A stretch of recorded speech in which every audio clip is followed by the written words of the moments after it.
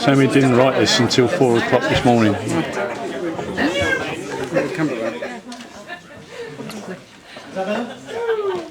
Right, good afternoon, ladies and gentlemen. May I first introduce Can't hear. Speak up. Turn it on. To those of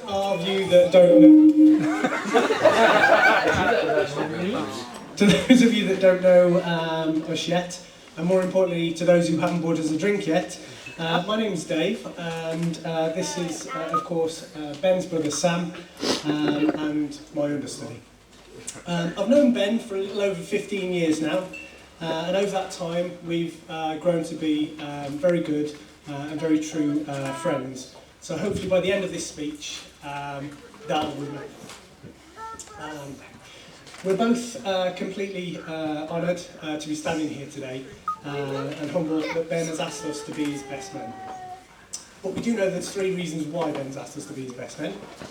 First of all, he knew that we would actually do a decent stag do, okay? And I think the less said about the stag do, the better, I think. Secondly, the speech would be one to remember, but I wouldn't hold your breath. They say never work with children or animals. I had to work with Sam. And finally, I think he wanted to look good in the photos, but I have to say I think me and Sam has scrubbed up not too bad today. So.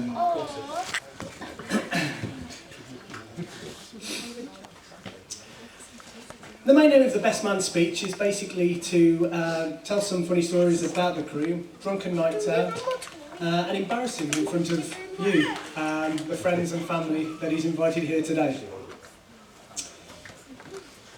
But for anybody that actually knows Ben, knows that he's actually capable of doing that himself. But I will follow tradition and give it a go. But there was a hard bit. Over the last 18 months, Ben has constantly reminded me that his new parents-in-law are actually in the room and to keep it a bit clean, which ruled out majority of the stories. I know that everyone always says that, but there are genuinely stories which would have been divulged by the time you've eaten. One particular, but in Ben's defence, that night, do you remember that night? Oh, that night. We all thought she was a woman as well, mate.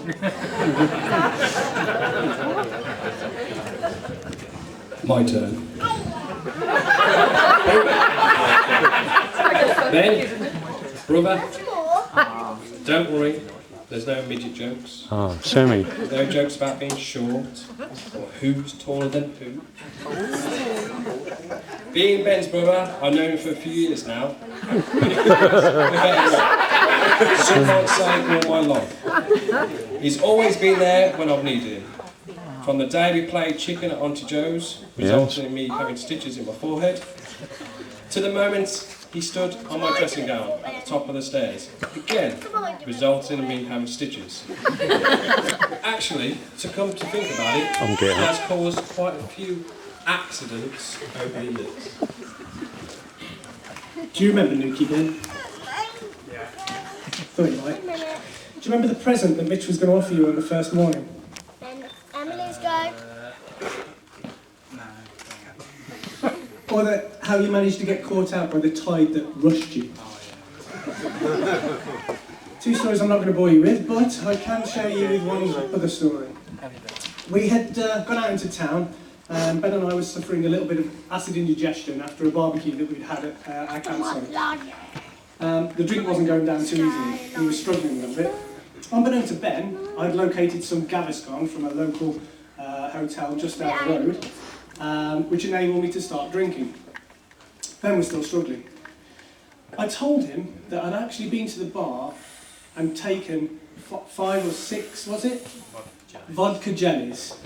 Ben, taking my advice, went to the bar and did the same. Unfortunately, Ben, since that day on, is now on prescription drugs to control his acid indigestion and struggles with spicy foods. For some reason, I'm still getting the blame for this. Ben's also not the sharpest tool in the box. For example, during the build-up to the wedding, Louise nominated Ben to organise a quarter dinner. One job. Ben, taking the bull by the horns, made contact with a company who emailed him a quote. It was acceptable, so Ben decides to book it. Seeing the company's number on the email, he rang it. It went straight to answer phone. Typical, he thought. Anyway, he left a message explaining that he wanted to book to do the booking. 2 days later, he noticed he had a voicemail message. The message began, "Hi, this is a message for Jane." Ben thought to himself, "Oh, wrong number." He continued to listen, as you do. Only near to the end of the message did it dawn on Ben that it was in fact listening to himself regarding the Portaloo. Somehow, Ben trying to make the arrangements, Ben had rang himself. You would have thought he would have noticed his own voice, but no, not our Ben.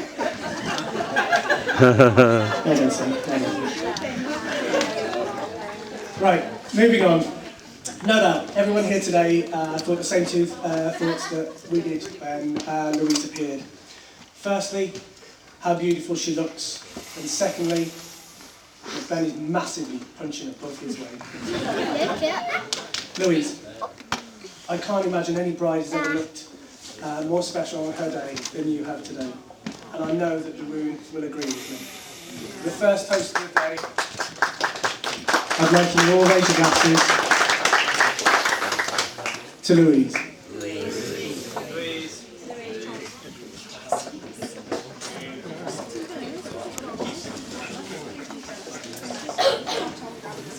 Obviously, there are certain duties as best men that we have to do, so we're just going to run through those now.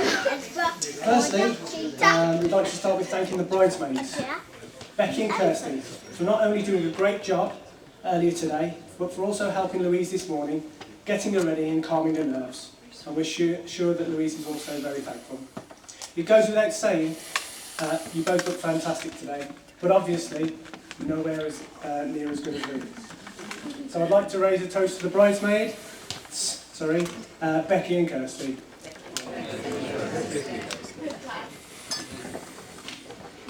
I'd also like to thank the ushers, Ben and Scott. Oh, you lads, there you are. I'd like to thank them for the absolute bang-up job that they did, telling people which boat to board. That was worth the soup hire fee in itself. And we'd also like to thank the best little flower girl ever, Emily, and the greatest little page boy ever, Charlie. They've done a perfect job, and they both look fantastic, I'm sure you'll all agree. And we're sure that Uncle Bent and Auntie Louise are very proud.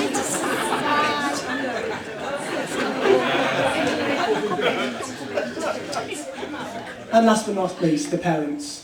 Firstly, a massive thank you to Ben's parents, Peter and Sharon, for all your support leading up to the day to the happy couple.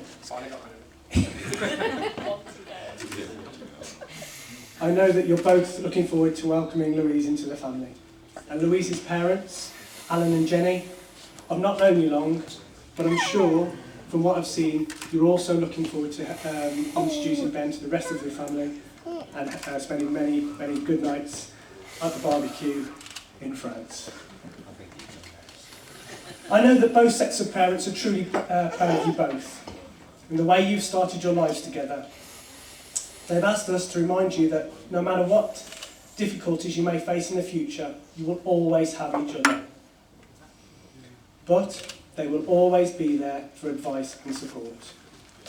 Ben, Dad wants me to point out that doesn't financial. Microphone!